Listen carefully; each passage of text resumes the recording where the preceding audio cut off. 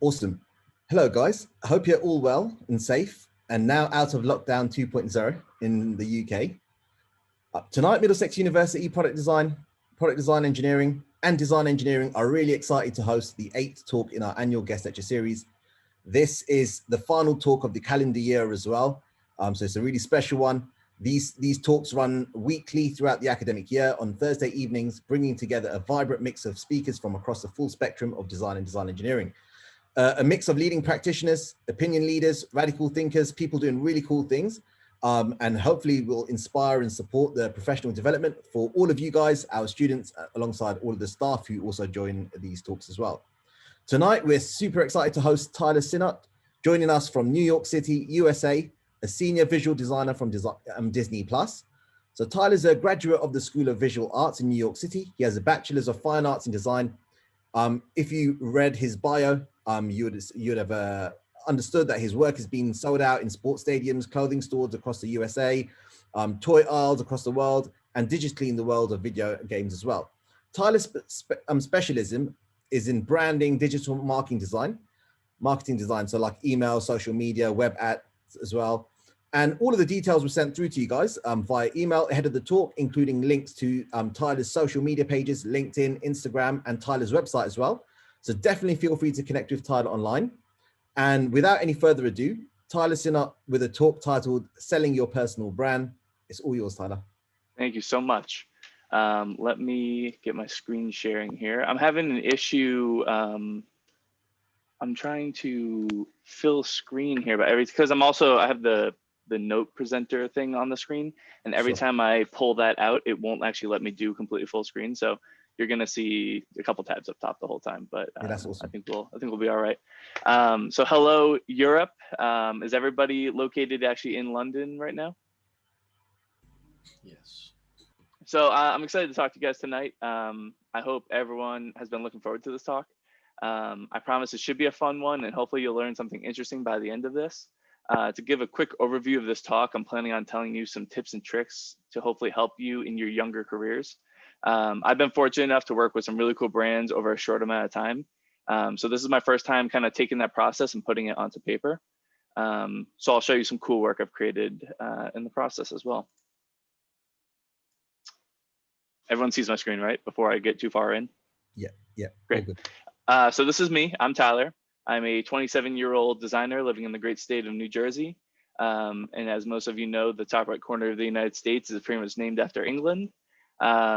I'm currently working for the most famous mouse in history, creating performance advertising for Disney Plus in New York City.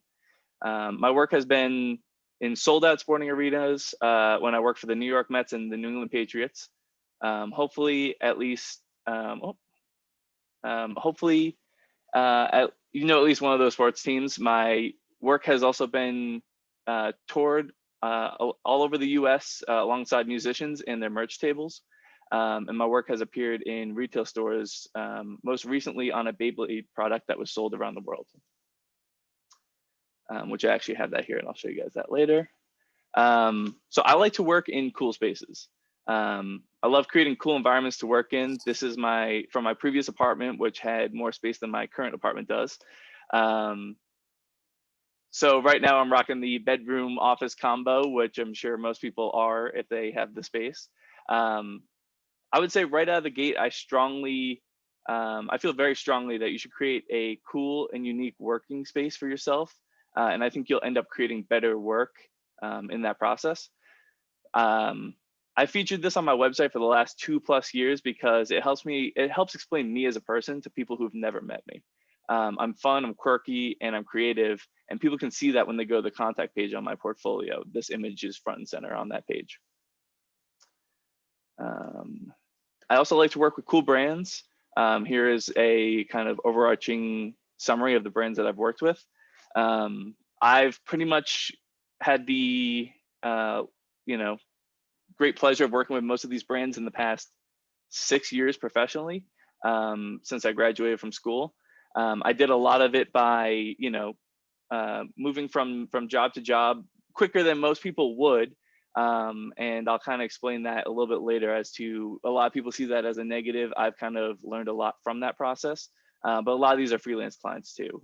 We have Oprah Winfrey Network, LA Galaxy. I'm sure you guys know a lot of these soccer teams, Major League Soccer, ESPN, Disney Plus, obviously Hasbro, one of the biggest toy companies in the world.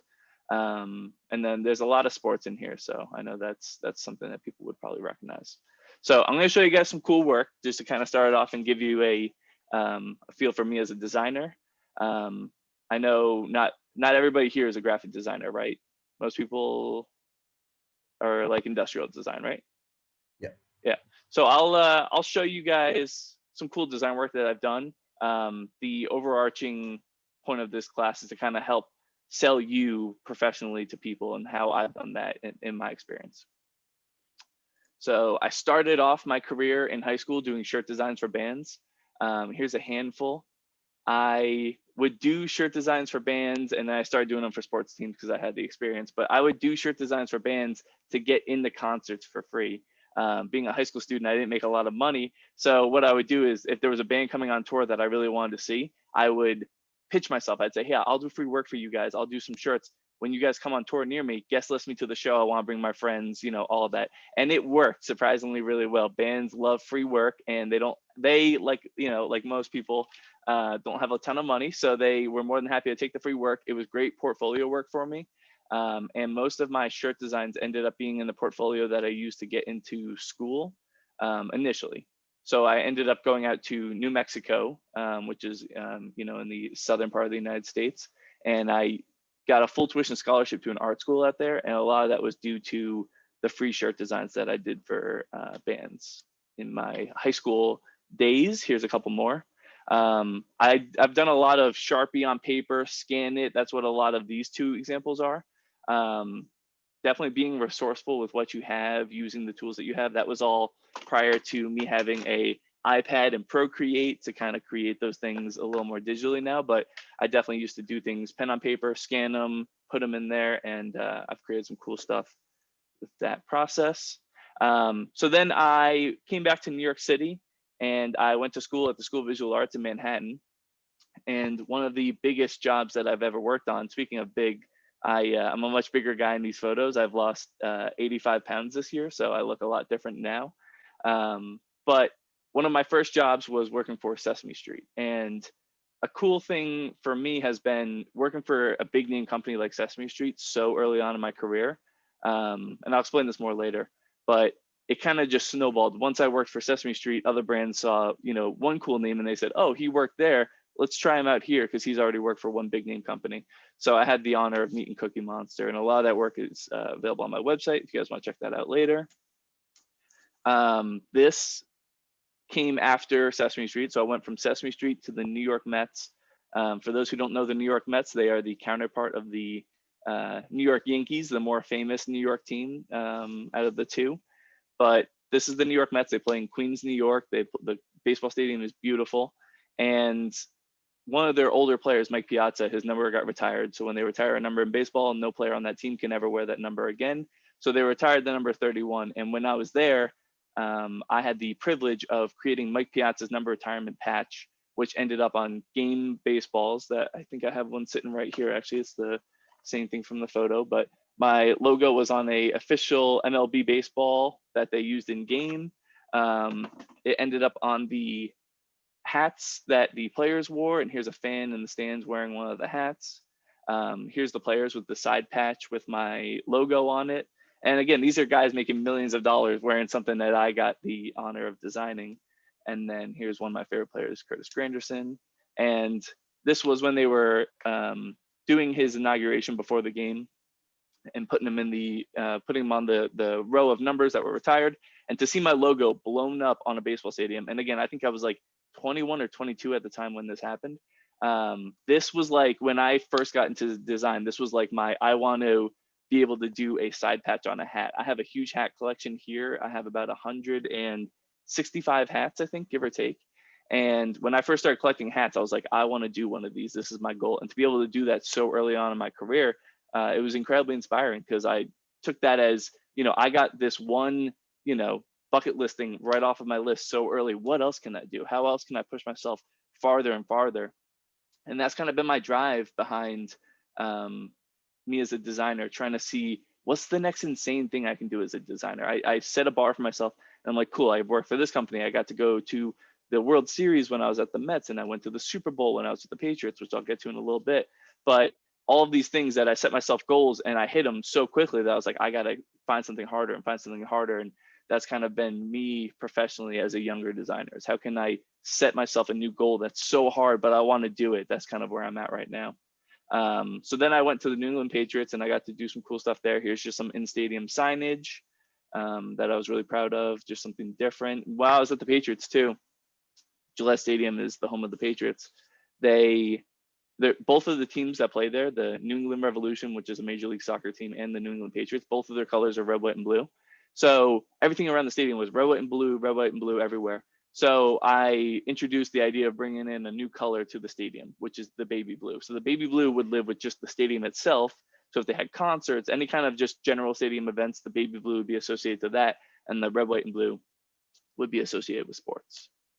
I also got to rebrand their training camp, which isn't that high level of a project, but to see it flushed out the way it was, fans holding the footballs with my logo on it, they had merchandise with my logo on it, and I'll kind of show some of that quickly. Here's some fans holding the logo on the balls, and here's some signage that when you entered the training camp to watch the players practice, my logo was everywhere. And I have a photo of myself posing with the logo, which I was very proud of. And I used to do the rock and roll all the time. That was kind of my signature pose. And then after about a year of being there, I had the privilege of, well, the Patriots had a great season. So they went to the Super Bowl to play the Philadelphia Eagles. And I actually got to ride on the team plane out to Minnesota. Players sat in the back, employees sat in the front, and I got to fly out there. And because every employee gets a ticket to the game, but because I was actually working the game, doing social media graphics for the team, I had an extra ticket, so I got to bring my father to the game for free. So it still wasn't cheap for him to get out there because he had the last minute fly to Minnesota, find a hotel. Everything was expensive, but at least his ticket to get in was free. And the tickets retail value were like $1,600 or something like that. So very expensive. For fans of soccer, I recently did a Twitter emoji, which was a first for me. I've actually never designed an emoji at all. And that's kind of been a theme for me as a designer. Is I never did an emoji before the first time I did an emoji. I never did a illustration of a person when I did the Mike Piazza number retirement patch. So just because I haven't done something before, I don't let that keep me away from possibly taking on that opportunity. I've seen emojis. I know what they visually look like. I said I can replicate that style. And I did for this Twitter emoji for Fox Sports. This hashtag had 28 million impressions, which means 28 million people either posted this hashtag or interacted with it by seeing it. And it was really, really awesome, especially because this is one of the years that the women's team won the Women's World Cup. So to have something small on social media incorporated with that big event, that was really inspiring too. Here's just some cool stuff I did when I was at Hasbro. I don't know how to do 3D design, but I figured it out in Photoshop just to the extent that I could show people my idea on paper. There's a video game called Overwatch, which actually one of my logos is in the video game because of the Patriots. I did the logo for their esports team who plays in the Overwatch League. So I actually have a logo in the game. But when I left the Patriots and I went to Hasbro to do work there, I worked on the Overwatch toy marketing deck, the in-store merchandising deck. So this is a end cap that you would see at, here we have Target. I'm sure you guys have Target over there too. But what this is it's kind of a flatter table that they put a big fancy display on, and then they surround the products around the display. So I kind of took the in-game render of the payload from Overwatch for people who play it, and I designed this whole display around it that would showcase the bottom would have Nerf guns and the right side would have action figures. And it was kind of a cool thing because, again, I've never done this, but I figured out a way in Photoshop to fake 3D enough to look as good as I wanted it to build these displays. Then there were some that were kind of already pre-built displays, and I did more 3D photoshopping up top. So the actual bottom part of the display here was a pre-built template that we have. And then the top part, this like glass sphere where the Beyblades were battling in and clashing out of, that's something that I created this shape in Photoshop in 3D, did a little skew, and kind of got this bowl shape that replicates a Beyblade battle arena. And then here's another one. This toy line was called Beyblade Burst Rise, and they really wanted it to have like a skate park feel. So I tried to kind of give it these ramps and really kind of like this Tony Hawk insane, you know, trick kind of bouncing over the top of the end cap. So this was a cool one to work on. So the question is, how did I get here? Being 21 and working for some of the biggest sports teams and brands in the United States, sometimes I need to step back and think, how did I get here? There's a couple parts to why I think I've had the success I've had at a younger age. First, I'd say it was a little bit of luck. I started out my career with a cool internship, which was Sesame Street. When that internship ended, I landed my dream job at about 22 when I was working for the New York Mets. Over time, I added cooler and cooler brands to my resume and my freelance resume, and it was like a snowball rolling down a mountain. I was able to show bigger and bigger brands, the list of bigger and bigger brands I've worked with, and then they put their trust in me, and they said to themselves, you know, well, if all these brands trust Tyler, we'd be a fool not to. But that's not all. I mean, I had to sell myself to these brands, and that's kind of where selling your personal brand comes in. So what is selling your personal brand? It's a good question. This is something I've been trying to put on paper. It's something I've thought about for a while. When I was in school, my professor actually called me a professional interviewer, because when I was in school, I had already worked for brands like Sesame Street and the New York Mets and the New Jersey Devils, which is a hockey team here. And I interviewed with companies like HBO and Shazam, which is, I think, now owned by Apple. You can get your foot in the door of a lot of cool places, but it's about selling you as a person once you get your foot in that door. That's what selling your personal brand is. It seems so obvious, but I've picked up some experiences along the way that I'm hopefully going to try to share with you guys, and hopefully help you when you end up going for interviews and meeting with potential, even if it's potential clients. If you don't want to work for somebody, I'm going to try to help give you some tips that I've learned to help sell you for when you're in these in-person interviews. So I've been on a lot of interviews, and I gotta say, I think the bigger image, the bigger thing that you want to sell is sell who you are. Be genuine with people. What type of work that you're into, what you're into just as a person. Just be relatable to people. So an example of that is I've been in interviews where I've talked about the art that I collect. As you can see behind me, I have a lot of art hung up, and I have a decent collection of KAWS vinyl figures, if you guys know who KAWS is. I've connected with hiring managers in interviews about things like that, and my hat collection and the concerts that I go to. If you get your foot in the door somewhere, people already like your work. So if they've already brought you in and they say, hey, come in for an in-person interview, or if a client wants to meet with you, they already like what you're doing. So at that point, it's how do I sell this person on me? How do I sell them on Tyler? How do I sell them on, whoever you are? Talk to them as a person. That it's one of those things that it seems so obvious, but I've been in interviews with people where they get so nervous and they get so hung up. And that's one thing you always have to remember, when you graduate from school, is that, if you're already there, if you're in there in person, they like you, they like your work. You got to be confident, and you have to kind of say, you've bought into me already. You have me in here. Now you have to buy me as a person, because that's one thing these brands or these companies can't gauge when they look at your portfolios, or they look at your, whatever your however your work is displayed. They see your work and they like that, and they say, come on in person. We want to meet you as a person. And people tend to forget that more. It seems so obvious, but people definitely tend to forget that. And another thing that people tend to forget is if you are applying for jobs, and if you're looking for work, or if you're sending your stuff out to potential clients, if you're not hearing anything back for a while, it never hurts to change things up and try something new. So if you're not getting your foot in the door anywhere, that's fine. Don't sweat it. I've even been there personally. Prior to getting my job at Disney Plus, I applied for a ton of jobs up in Massachusetts because I didn't want to leave Massachusetts, and I couldn't find a single job. And then I applied for one job in New York City, which was Disney Plus, and I got that one job. So, don't get hung up if you are sending out a ton of resumes after you graduate and you hear nothing for a while. Another thing is I've been pigeonholed as a sports designer before. All of the clients I've worked with, and my logo, which is seen here behind me, even push that idea. However, I've worked with toy brands and children's television, and now a streaming service, all of which couldn't be any more removed from working in sports.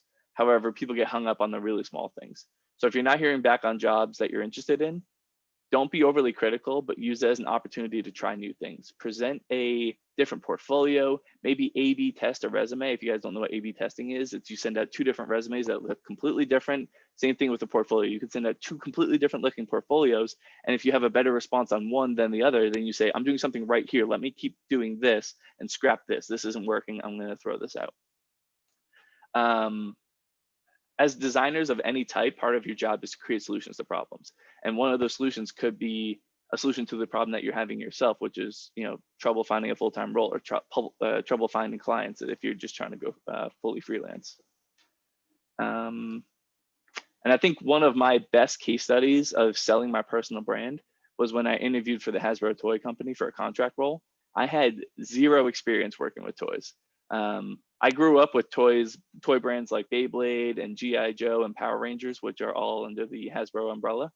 But it took a good amount of confidence to sell them on the fact that I could confidently go from working in pro sports with pro athletes and doing social media graphics to creating 3D merchandise displays that I had literally 0 experience in. Again, I had a super relatable conversation with the hiring manager. We connected, and he was just excited to hear about me as a person. And he was more than happy to show me the ropes, because he knew that the 1-year contract he had to offer, it'd be more enjoyable just to work together, and and the fact that we could relate when we had that one-on-one conversation before I actually took the job.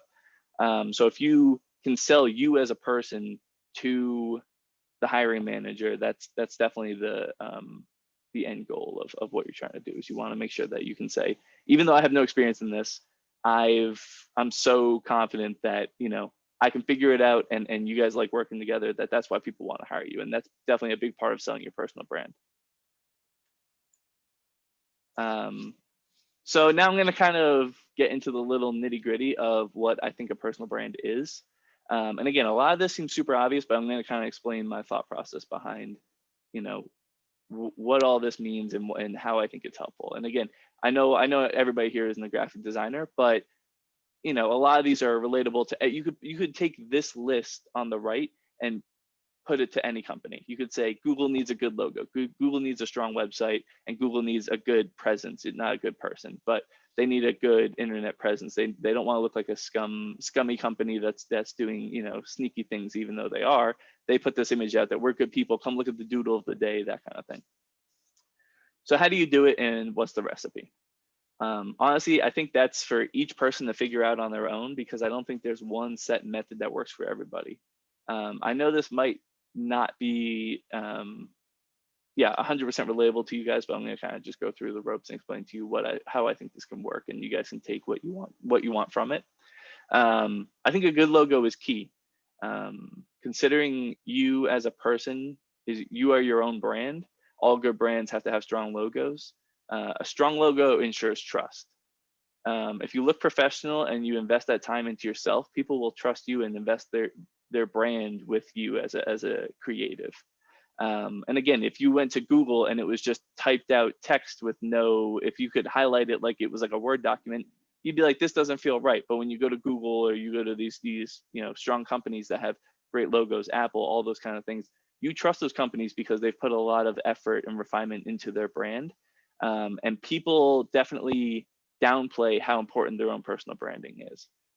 People come to my website, they see the logo animate, and they say, that's something different I've never seen before. He's already doing some cool stuff. Let me keep looking at the rest of the stuff.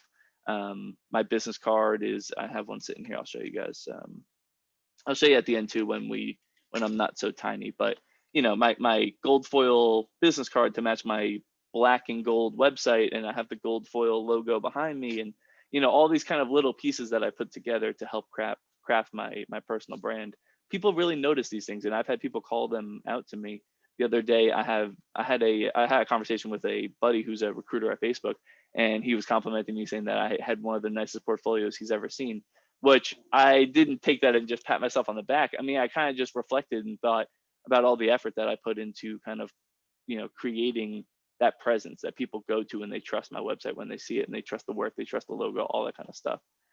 So that kind of brings me to my next point, is a strong website. A simple user experience is key to a portfolio website. I've gone to portfolios where it's a huge mess just to figure out where the work is, how to get to it, And I'll explain this more in a couple more slides when I get to show you just kind of some screenshots of my site and explain my thought process behind it. But there's been websites where you have to click a hamburger menu, and that hamburger menu scrolls down these giant names for each title, and I don't know what each title is, and I click it and it goes to some project, and it's like, well, that's not what I wanted to see. So I have to go back to this hamburger. If it's like a multiple step process just to see work, I feel like you're making it harder for people to, quickly see your work and get out. And I always tell people that, if a hiring manager is coming to your website, they don't have all day to sit there and look at every single person's website who applies for a job. And you want to be super quick and say, here's my work, here's the good stuff, click what you want to see, get out. So that way you just can quickly analyze the biggest parts of my website that were successful. And you don't have to try to figure that out yourself. And, they can spend a good, couple minutes and they only see 1 or 2 projects because it took them so long to do that. Whereas if you make it quick and easy for them, they might see 4 times or 5 times as many projects, than they would have, because you made it that much easier for them to click through and see what they wanted to see. And then lastly, being a good person. And that's not even like a karma thing. It's really just, if your work is already good enough to get you in the door, now it's your time to, you have that chance to sell yourself as creative. And I've said this a lot already, but at the end of the day, the person is hiring you. They like the work that they do, but you need to be able to sell you as a person. You could be the greatest designer in the world, greatest creative, no matter what you want to do. But if you're rude, or if you're overconfident, or even if you're just boring, people would rather work with somebody who is a little less talented that they could teach, with a little less experience, that's more personable, that somebody might be more interesting to work with. And again, so when you go in for in-person interviews, be conversational, have fun. I've gone on interviews where I've brought sticker packs with me. I have a huge collection of stickers here that a lot of you probably saw on my website. I genuinely believe that I got my last job at Disney because I brought sticker packs with me and I gave it to every single person that I met with. And when they went back to their desk and they had my sticker pack sitting on their desk as they thought about, did they like meeting Tyler as a person? That came to their mind. They say, oh, he gave me this fun gift. I love the little stickers in here. They're super fun. They're cutesy. People remember things like that. So I would say leave behinds are a huge thing for interviews. And it's one of those things, when I first heard about it, when I was in college, leave behinds, people would leave little books with their work in it and all that kind of stuff. If you have some way to kind of give somebody that extra reminder of, here's my resume, but also here's a little something that you can have on your desk that's like, oh, this guy was cool and I like meeting him. And whether it be pins or stickers or whatever, if you guys are building miniature versions of industrial design related things that you have, those are cool leave behinds for people. And I think that's something that can set you apart from another person that's applying for the same role. So you got to kind of always have those pieces in mind. Now I'm going to kind of talk about my logo. I would say, just because you think something's perfect, never try to push the envelope and try something new. I'm at this point right now, as you can see the logo behind me, and I showed you on my business card. I love this logo so much. When I first started out, I changed my logo. I came up with different company names because I used to hide behind a fake persona. I had fake, when I started out doing MySpace layouts in like the mid 2000s, and I created fake business names to seem more professional. I had all these random names, and then I eventually bought this website domain, which most of you probably saw, which is www.tyler.nu. And I really wanted the shortest possible domain I could have. So if I didn't have a business card with me and I met somebody in person and they said, oh, I'd love to check out your work, it's really easy. It's just tyler.nu. And people remember that because it's so weird, especially the .nu part. It stands out to people and they always ask me, what is .nu? And I looked it up a couple of years ago, and it's a small island off of, I think, Australia. And it's literally called NIUE. It's a small island off of Australia. I think it has a population of 2,000 to 4,000 people. And for some reason, they have their own domain ending. And that alone has so much weight in my personal brand. I used to actually just call my company Tyler.nu because I wanted it to seem more professional than just Tyler Sinnott, who was a nobody for a while, until I started having all these big name clients that I could confidently just say, I'm Tyler, you want to hire me. You don't want to hire my fake company. You want to hire me as a person. And I definitely think it worked hiding behind the fake persona for a while, because I kind of had to have that confidence to switch over and say, I want you to confidently just say, I want to hire Tyler. I don't want to hire Tyler.nu, this fake designer. That's when I was trying to just pitch myself to clients. but when I was trying to get hired as a person, it came off less professional to have a fake company to hide behind, and it felt way more professional and confident to say, "I'm Tyler. You want to hire Tyler? I'm the real deal. Don't hire people with fake, company names." So here's just some quick examples of kind of an evolution of my current mark. I really like this baseball script thing, and I tried creating a bunch of logos myself. First one was a simple sans serif typeface that I just kind of matched the weight and hand drew these elements on it. It was good, but the problem was, again, the Tyler is so left leaning. It was just really unbalanced, and the Y was too close to the S. There was a lot of small details that I didn't like about it. So I got closer to the baseball script look that I really wanted. Again, same problem was that this logo is now super right leaning, and I couldn't really center it too much because the Y would have got too close to the star. So I kind of ran into a lot of issues with this logo. I kept this one, I think, for about a year or so, and then I bailed on that. And I eventually found the current one, which a lot of people think I hand drew, and I wish I was that talented to hand draw that. But that's actually a typeface that I modified, and I stacked it, and I kind of arranged it perfectly so it has this nice centered feel. And then I skewed it at an angle. And what's cool is the angle that my logo is at. If you go to my website, the navigation on my website, everything is at that same angle. So I took the detail of figuring out what that exact angle was and branding the rest of my website. So anytime anything's on an angle, it's the exact same angle as my logo, which is something I'm very proud of that most people don't realize. But if they took the time to realize that, they would definitely appreciate that. So that carries us right over into my website. And I used to change my website like my logo. I used to change it all the time. I'd think of something super cool and super creative, and I'd see another website that I liked, and I said, I want to do that, and I want to do this.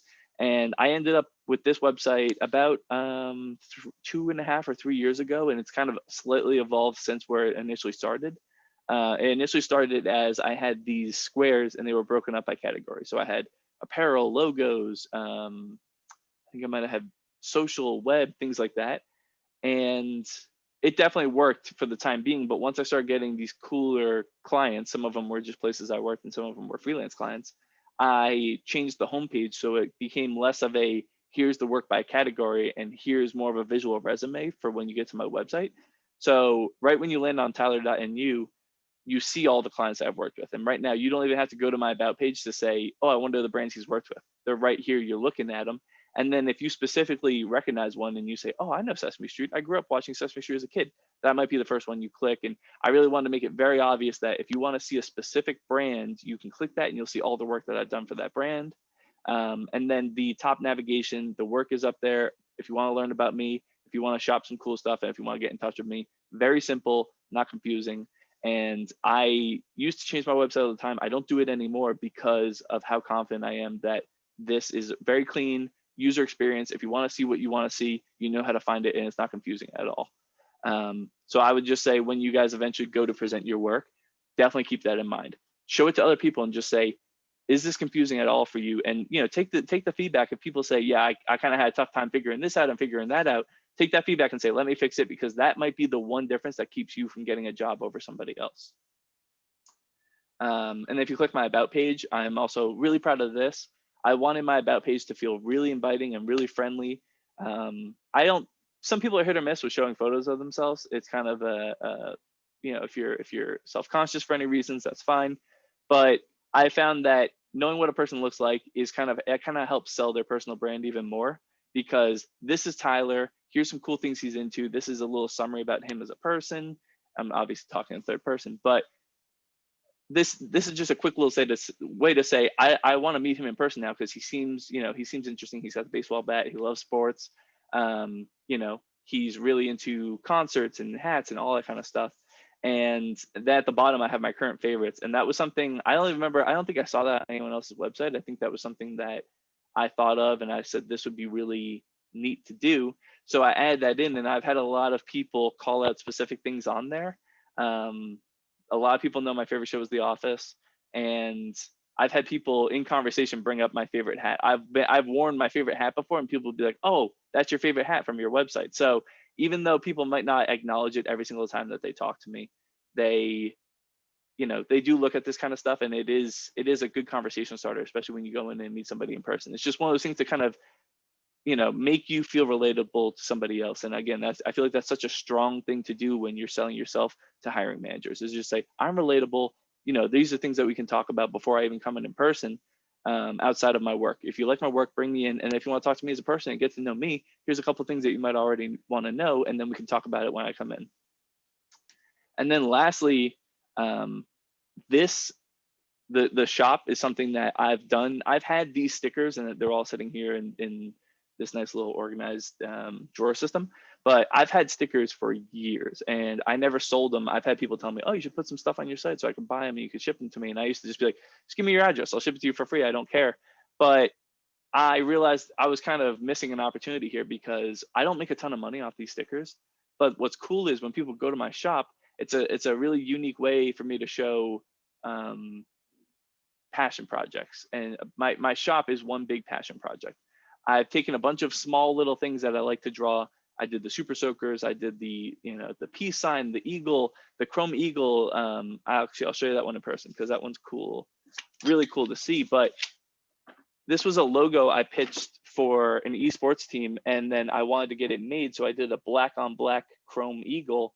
And I don't sell a ton of these, but it was more just to show people a really cool way of presenting my work. And that's kind of the biggest benefit of the shop, is these are all little doodles that I did that I wouldn't put with a specific project on my homepage, like the Patriots or the Mets.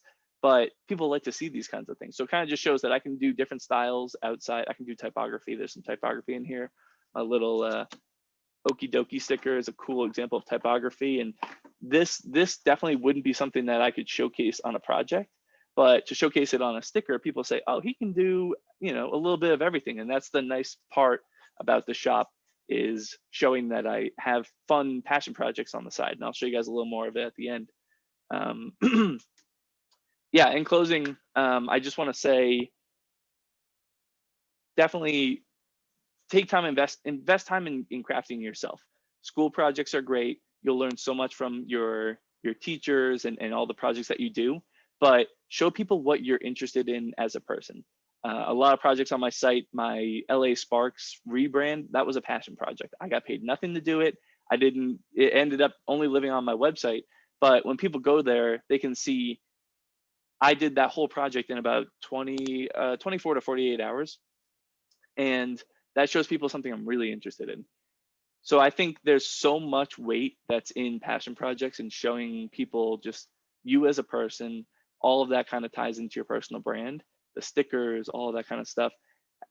It's great to create some really awesome work and do all that kind of stuff, but just show people that you're fun, show people that you like to try new things, and people really respond positively to you experimenting outside of your standard 9-to-5 job. What you do after hours, your side projects, your side hustles, even if it's not anything directly, like if you like to bake on the side and you have recipes on your website, those are all things that help craft you as a person and sell your personal brand to hiring managers or to your future clients. So I'll show you guys a couple more quick things, and then I will definitely take questions. I'm going to stop screen sharing for a second, and then we'll come back to that. One of my bigger projects that I talked to you guys about was I did a logo for Hasbro that ended up on Beyblade products that were sold actually across the world, because this box is already translated in a bunch of languages. But I did this Battle League logo, which is kind of esportsy feeling, and it's actually seen on the back here too. And this was cool because this was a product that, growing up with, my little brother was really into Beyblades, and me and my older brother would play Beyblade with him to kind of, something to bond, because he was 5 years younger than me. And to be able to say in my adult life that I had a toy that has my logo on it, it's cool. It's surreal, and it's something, as a kid, I never thought that I would put something that I created on a box, on a toy, and go to Target and pick it up in person. So that's something I'm incredibly proud of. And then on the note of my shop that I was showing you guys at the end, I have a new product launching on Friday. I did pins for the first time. So what's kind of cool is this is my business card, and then this is the backing for the pins. So I'm really trying to brand my whole experience. When people come to my website, or if they know my card or whatever, everything feels similar. So here's one of the pins. This is the Super Soaker pin. And then I have a gold foil version of my logo on the back. And here's the other pin. This is the This is the flycatcher, and same thing, gold foil, and then my logo on the back. So doing fun stuff like that on the side, people definitely take notice of those things. Anyways, I will end there for now. I will open up to questions. I might have ended a little sooner than expected, but I have a feeling you guys probably have a decent amount of questions. So I will gladly answer everything to the best of my ability. Amazing, amazing. Thanks, Tyler, for the really interesting, informative lecture. Your journey, your work, some advices interwoven through that as well. A really nice way to conclude the calendar year and the guest lecture series for 2020. And guys, feel free to gather your thoughts, your questions, and any of your comments in the chat. And if you wanted to go live and interact, also feel free to let me know, and you can always unmute yourselves and do that.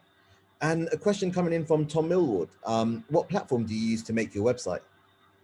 Good question. So I use Squarespace for my website. I've been on Squarespace for, I think, 3.5 years or so. I've been trying to switch. I want to move over to Webflow, because Webflow, you have a lot more creative freedom. And I've had issues with my Squarespace site not loading as of recently. I would say in the past couple months, it's been great. But I noticed at the beginning of the pandemic and the quarantine, I was checking my website a handful, and I'd send people, especially when I launched the sticker store, which I did during the pandemic, I'd send my site to people and they would be like, it's not loading. And I'd go to it and it wouldn't load. So a lot of that was because of Squarespace, and I was getting a little frustrated with that. However, it's so, again, I'm so confident in the layout of it that I really don't want to change it anytime soon. So I'm sticking with Squarespace for now, but my goal is longer term when I do my newer version of my website to change it over.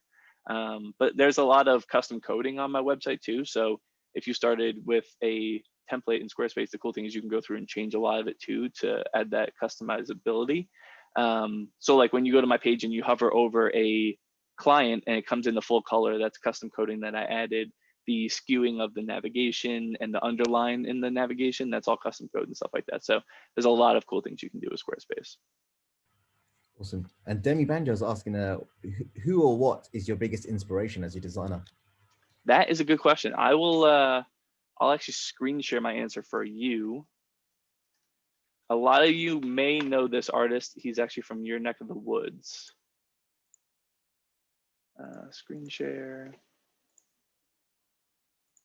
So this has been my biggest inspiration as of recently. This is David A. Smith. He created one of my favorite album arts of all time. So John Mayer's Born and Raised is my favorite album ever. And he does these amazing gold leaf signs. And he actually, if you guys have time later, I highly recommend, there's a video of him talking with John Mayer about this album art. And then it's probably a 20-minute video that somebody made on Vimeo. And it shows him hand drawing this entire album art and coloring it in and all that kind of stuff. And then he makes some glass signs for John Mayer. And seeing all of that work from start to finish, it's mind-blowing. It'll change you. And what's actually cool is his daughter made this glass sign for me. They're in, I'm trying to remember what part of England they're in. I think they're in southern England, but super talented family. And his work is just, it's phenomenal. So I am nowhere close to that level, but I've gotten more into that kind of vintagey typography as of recently. And over my later career, this is the kind of style that I want to eventually evolve into, is doing some very, very refined line work and typography and all that kind of stuff. I'm not there yet. I'm nowhere close, but this is definitely one of my biggest inspirations. Amazing. And then the next is more of a comment from Javier Ortega. He said, "This is the best lecture of the year. Thank you, Tyler." Wow, I appreciate that. I've actually never done a talk like this, so I didn't know going into it. I was kind of I've never taken this thought process of how I, sold myself in person to people before in interviews and stuff, and I've never taken that and put it onto paper before. So it wasn't easy, and I appreciate that you guys responded positively to it. Amazing. And Adam mentions, what do you regret not doing sooner? That's a good question. It's a tough answer, because without sounding too confident, I've done a lot very soon in my career. I don't think there was a lot that I could have done quicker. I will say, and I kind of touched on this when I first started off, that I haven't really stuck around at a single job much longer than a year and a half. And every time I leave a job to go start another one, I always hear the talk from family members that's like, if you keep bouncing around, people aren't going to want to hire you. And again, without sounding too confident, my answer is always, I'll believe you when they stop wanting to hire me. Like it's that's definitely a very old school thought process, is that you have to stick at a job for 10 years and then move to another one and all that kind of stuff. And that's just not really the way it is anymore. And I would say the older generations don't, I think they're starting to get that now, but the biggest benefit to me moving around from company to company, and again, this isn't really an answer to the question, but I'm just kind of, branching off on that question, is, the biggest benefit is that when I go from one company to another, the company that hires me, they say, he has a lot of experience from all these different brands, and he can take all that fresh experience and bring it to our company. And that's a good selling point to these brands, is they say, if Tyler sticks around for 2 years, that's great. He's going to take the 3 years before that of all of these different brands that he's worked with and bring that here, and we're gonna be able to implement some new stuff into that company. So I think that's why people are willing to take a risk on me. And again, I can't say that there's anything I wish I had done sooner. I'm 27 years old and I'm a senior designer, and most of the senior designers I work with are in their maybe early 30s. So I'm definitely ahead of the curve on a lot of stuff, and I'm definitely proud of that for sure. It's amazing. And now Brady, Brady Hanson, he wants to go live. And Brady, feel free to unmute yourself and turn on the video, and feel free to interact with Tyler live. Totally. Cheers, I appreciate it. Thanks, Tyler. I appreciate your talk. I'm an American myself, and I hate to inform you, there's no targets over here.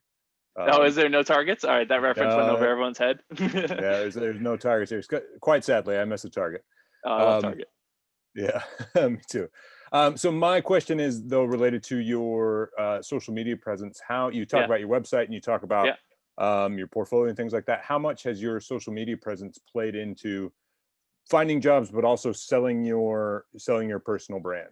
That's a good question. So I will say, when it comes to my personal brand, that's the one thing that lacks, is my social media presence. I recently created an Instagram handle solely for my work, and I've just found that I don't have the time to keep it up enough. If people go to my personal Instagram, a lot of times people, like random people I don't know, designers and stuff, will try to follow me on my personal Instagram. That's just photos of me and my family and my family dog and everything. And right in my description, it just says, if you want to follow me to see design work, just go to my website. That's what my website's for. I put all my design work there. If you want to follow me, you're just going to see photos of me and dumb stuff I'm doing throughout the week. So yeah, I tried running a Instagram recently, and I'm probably going to try to relaunch it. And the only reason why I have interest in doing that right now is mainly for the store, is to promote products and get people to buy stuff.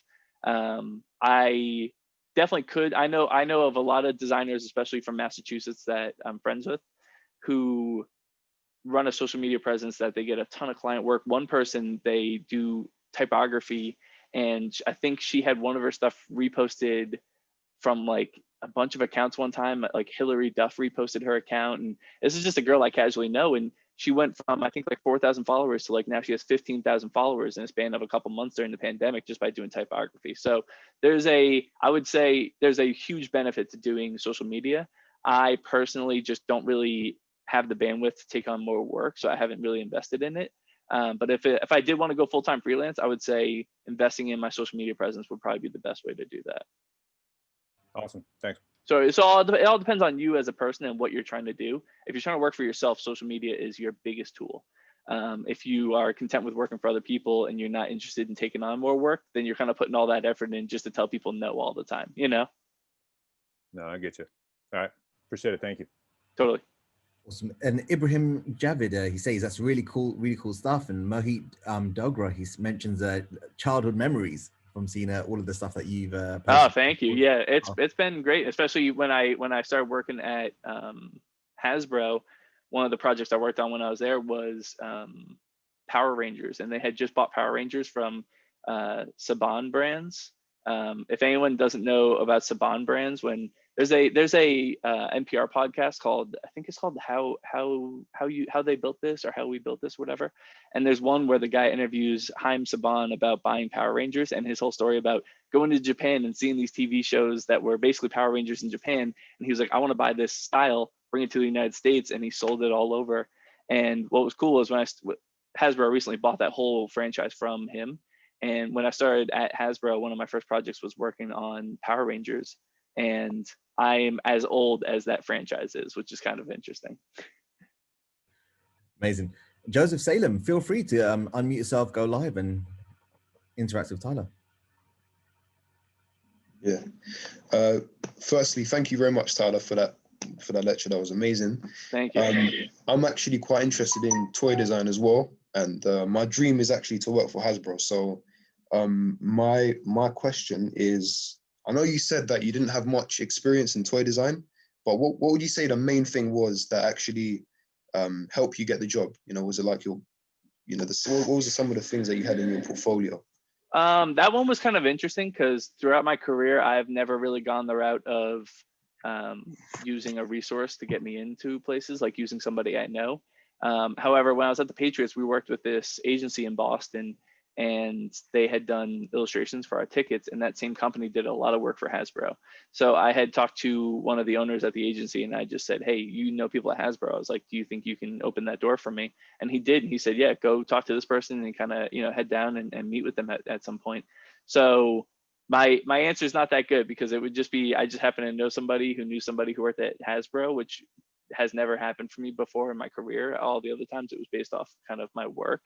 But yeah, I didn't do toy design while I was there. I literally just did logos and stuff. So like on this, all I did was the actual branding that was in the corner here.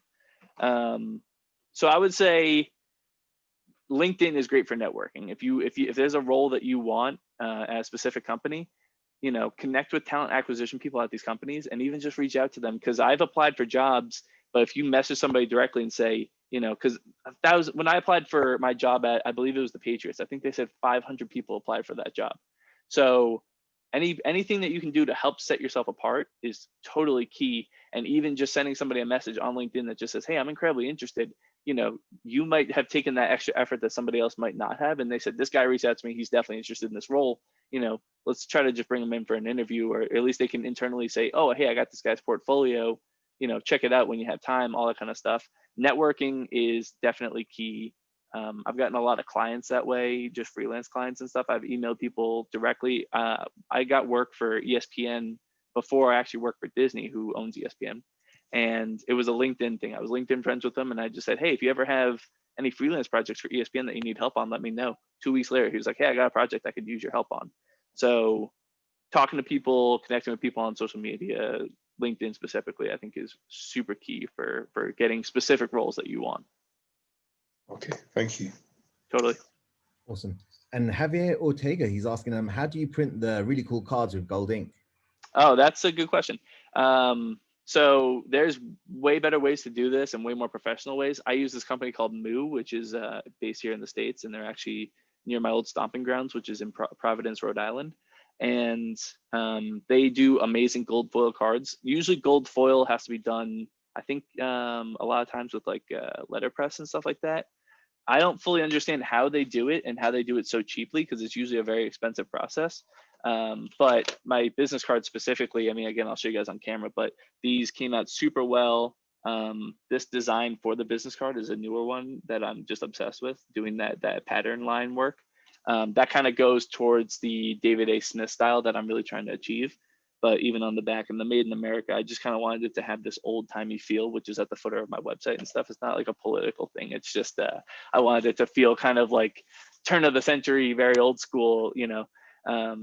Yeah, so moo.com does these. I don't know how they work with international, but I'm sure the international shipping on a box of business cards isn't too expensive. I got this whole box recently of all the backs of the pins, and I got 175, and I think it came out to close to $1 per card just because of the gold foil. Awesome. Yeah, Moo's available here as well in the UK. Oh yeah, Moo's great. If you have the option, I recommend Moo. And even if they screw up your card, there's been times where the gold foil looks very digital and pixelated around the edge. I just tell them and I complain to them and I send them a photo and they say, great, we'll redo it. And they just completely redo it for free. So amazing. And talk with us. You wanted to go live. Feel free to unmute yourself. Yeah. Hey, Tyler. So hey, thank you very much for agreeing to do this for us. And totally. You did great for first time. So my question would be, what is next?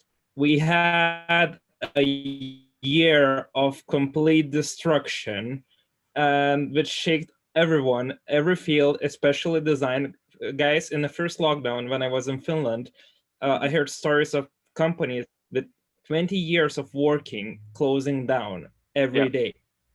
And right now I'm working in second largest coffee company, just as you are in one of the largest media companies. What is your thought? What is going to be next for us, the creatives? Are we going to work more from home and be all around, or what? What the heck is going on? So I definitely don't have the strongest insight to this, but I will say I definitely see the work industry changing as a whole. I know Disney was supposed to build an entire building in Manhattan that's the size of a city block, and they were going to put ABC and Marvel and Disney Plus, all of the companies that they have within New York City, the theater offices, all that kind of stuff. All of that was going to get put into this one building. It's interesting because I think they're still going to build that building. I wonder what they're going to do with the space, and I wonder, are you going to have a set desk when you get to an office, or are you going to have an office area where you show up once a week to meet with your team in person and talk to them, but the rest of the week you're working from home because that's so much safer and the company doesn't have to worry. You probably have to use less sick days because you're surrounded by less groups of large people.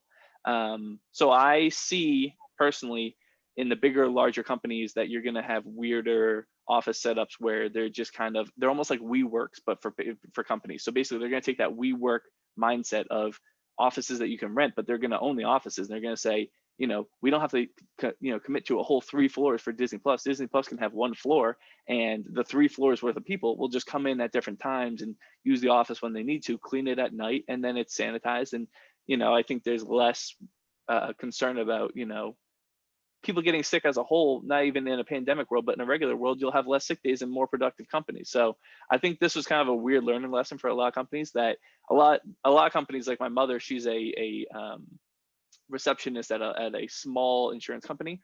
And those are the types of companies that said, oh, you could never work from home with this role. And then everybody figured it out. And now they're realizing every company can work from home and they don't need these office spaces and stuff. So it was kind of the ultimate stress test for everybody professionally to find out that they could do those things that they said that they couldn't do before.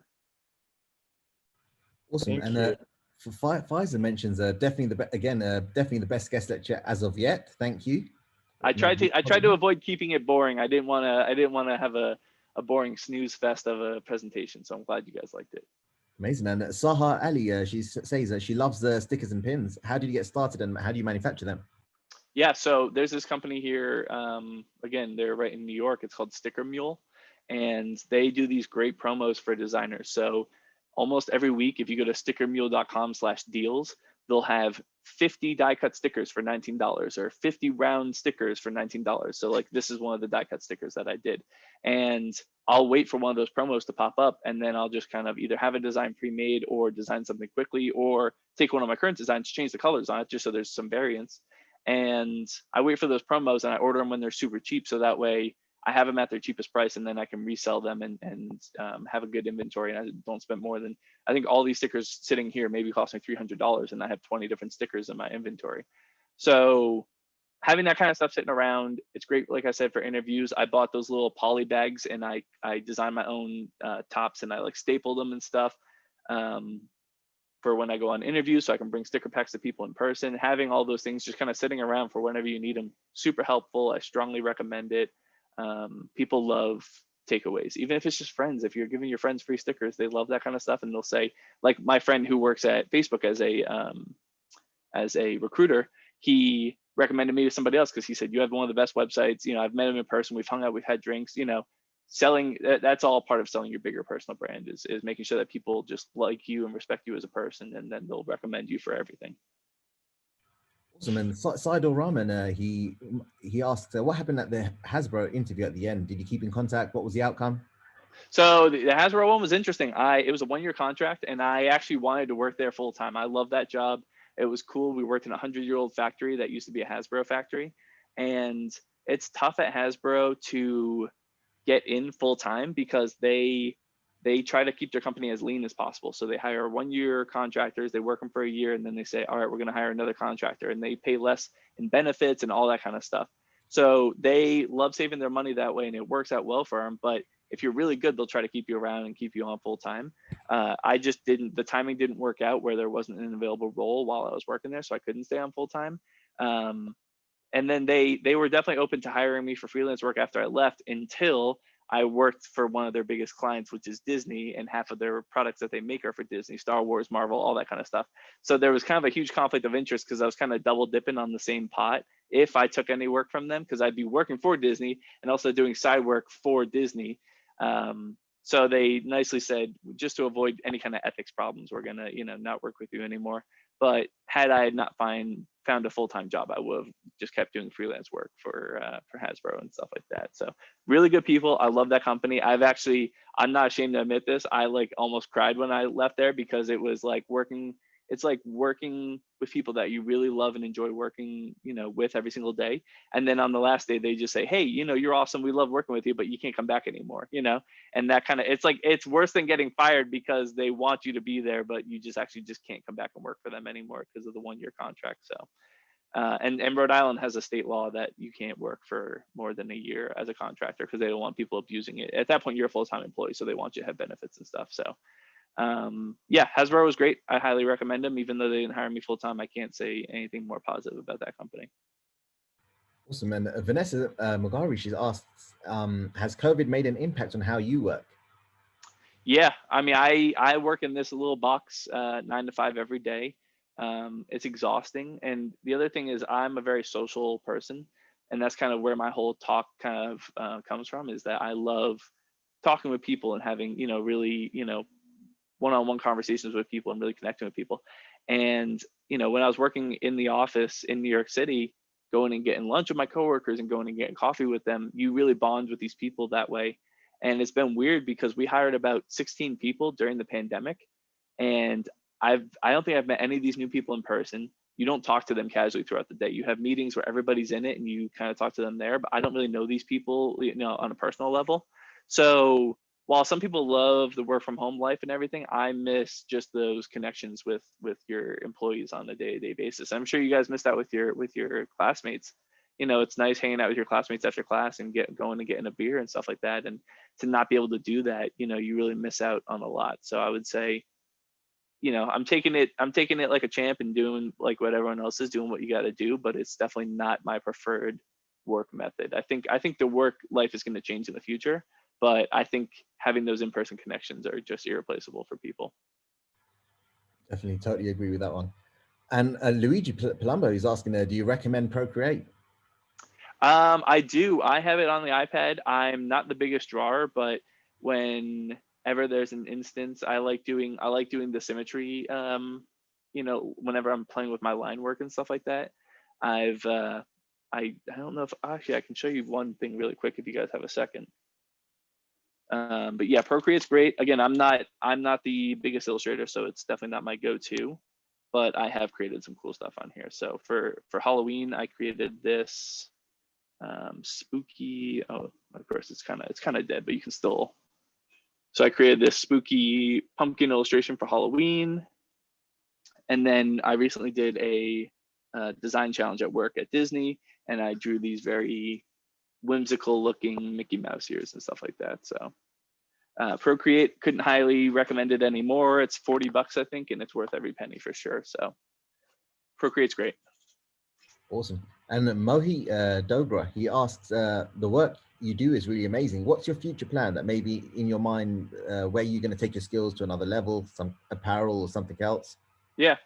So I love working in sports. It's been something that I just genuinely have so much fun doing. So my move as of, when I left the Patriots, the problem with working in sports is that it doesn't pay well until you get to higher up levels.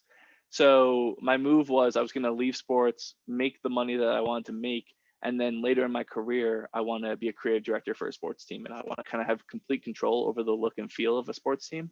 And once I have that and I can kind of dictate that and help run a team of creatives and kind of really, see a campaign, a season-long campaign, tickets, merchandise, all that kind of stuff from start to finish, and do that year after year, that's something, I think that's my end goal, and that's what I really, really want to do. And the cool thing too is if you work for sports teams and they win a championship, the employees get a championship ring too.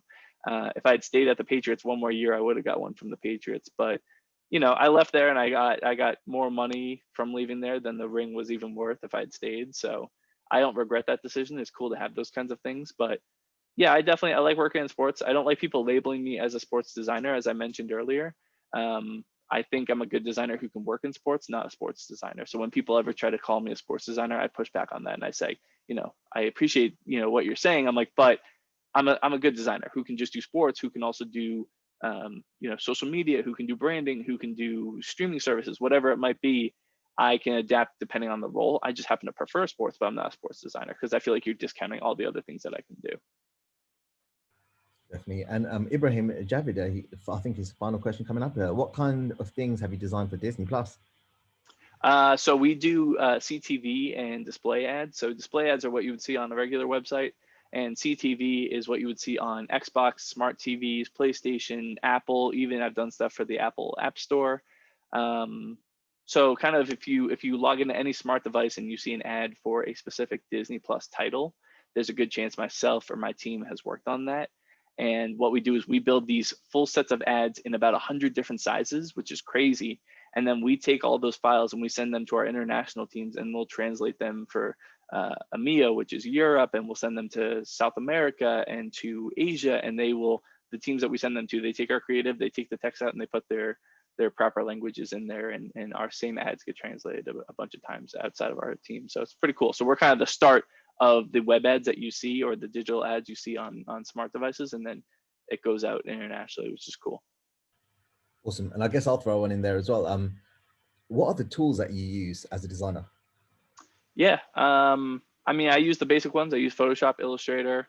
You know what's funny is I have a Magic Mouse through work, and that's not really a tool, but I strongly preach about the $5 Amazon Basics mouse. I don't need flashy tools. I've learned, you know, the nice thing about the Magic Mouse is you can scroll sideways, all that kind of stuff. I figured out how to do that by holding, you know, the certain buttons on the keyboard to scroll horizontally and scroll vertically and zoom in and zoom out. And I'm definitely old school in that sense, that I just like less is more. I like simplicity, so I can quickly just do what I need to do with my shortcuts. But I know people love their Logitech MX Masters, which have like 40 buttons on them, and they're gaming keyboards that light up and all that kind of stuff. I'm very simple when it comes to my tools. I have a good scanner. Scanners are great for if you want to create your own textures and that kind of thing. I love that. I have a nice big printer that prints 13 by 19. So eventually I'm going to do some 12 by 12 inch prints for my website, and I'm going to print them here locally and sell them. And having multiple monitors, all that kind of stuff. And again, a cool space to create in, I think, is super key. But when it comes to tools, I'm pretty easygoing. Just kind of the simple basics is all I really need. Bunch of hard drives too. Back up your work. I've lost work on hard drives before, and I had to pay $700 to have a hard drive saved that died. So now I don't even know where they're sitting. They're over here. But now I have this massive stack of hard drives to back things up numerous times. So I can't recommend that enough to people. No matter what kind of work you're doing, just make sure you back it up. Buy 2 hard drives, buy 3. It's worth it. Amazing. Tyler, so thanks a lot for taking out your time to join us all the way from New York City. If you're obviously ever coming over to the UK and London, feel free to drop us a line, and we'd love to host you as well on campus. Totally. And for all of the students and staff and all of the participants, it's been a fantastic 8 weeks so far. A really diverse range of designers and engineers and makers. And whilst we conclude the series for the calendar year, we really look forward to catching up with all of you again and seeing you guys in the new year, 2021, January, and keep an eye on your emails as well for details of the talk and the speakers. So stay well, stay safe, have a brilliant break from the end of next week, and I look forward to seeing you all again in the new year. Thank you so much. Appreciate it. Bye, everybody. Thank you. Thank you, Tyler. Thanks, Tyler.